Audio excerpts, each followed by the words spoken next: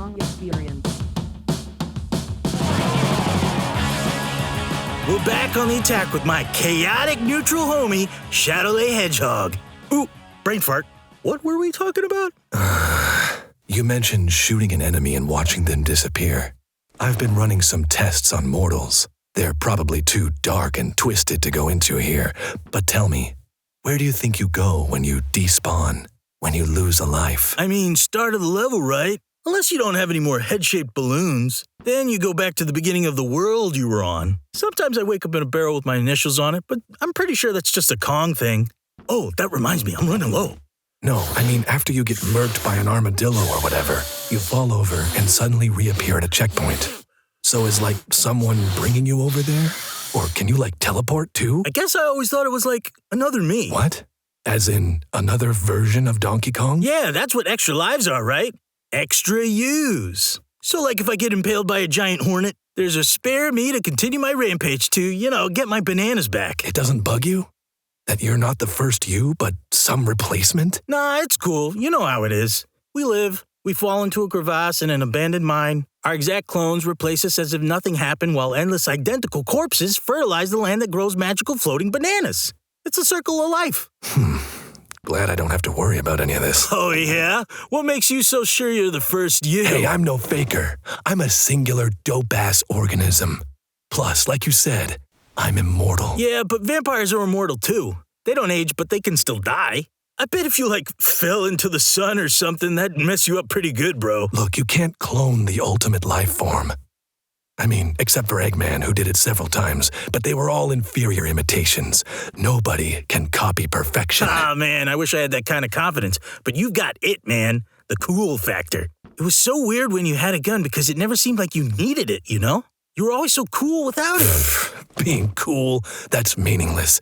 I never waste my time trying to impress anyone else. And that's what makes you so cool. You don't care what people think. It's so rare that I talk to someone who has no filter. Okay, for instance, what do you think about gun control? I'm in favor of controlling guns, with my finger on the trigger. Animal rights? Animals have the right to stay the hell out of my way. Healthcare. I don't care about your health. Climate change. I'm going to be as fair and even-handed as I can be about this one. I think we, as a society, should put aside our differences, band together, and make it our #1 goal to blow up as many oil refineries as possible. I love it, man. No filter. That's the opposite of, Funky Kong. He's trying so hard all the time with that bandana and everything. You know that surfer talk is fake, right? What's up, Donkey Toot? My parents are these bogus bankers, and I totally went to a primo private school, but, check out my radical jorts. Excuse me. Yeah, the more you look like you're trying to be cool, the more you aren't. Or at least that's what I've heard from people who care about that sort of thing, because I don't. I think there's kind of a balancing act, though, because if you try too hard to look like you're not trying hard, you're just kind of an asshole. It's a fine line that's difficult to master, but based on what people tell me, I must be walking along some kind of coolness precipice. That's why so many people call me Edgelord in my gooning Discord.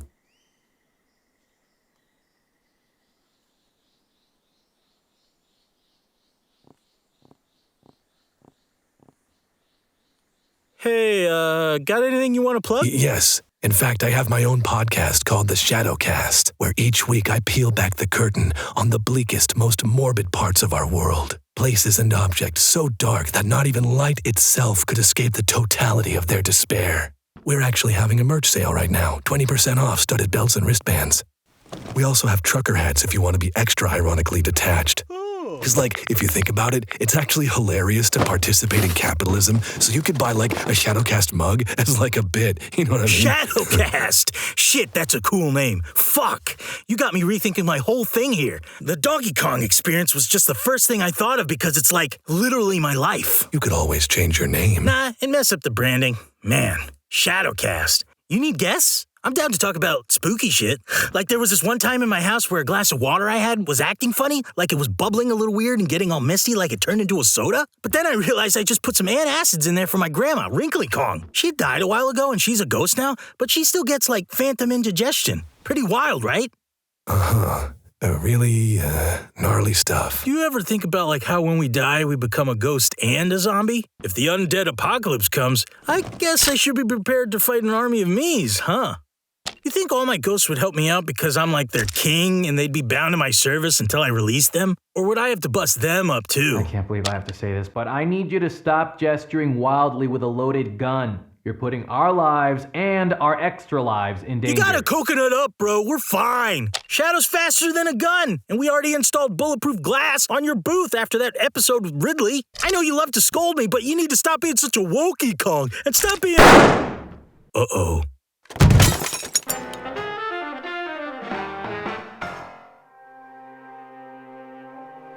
Hey, what's going on? This happens every few episodes. Give it a minute.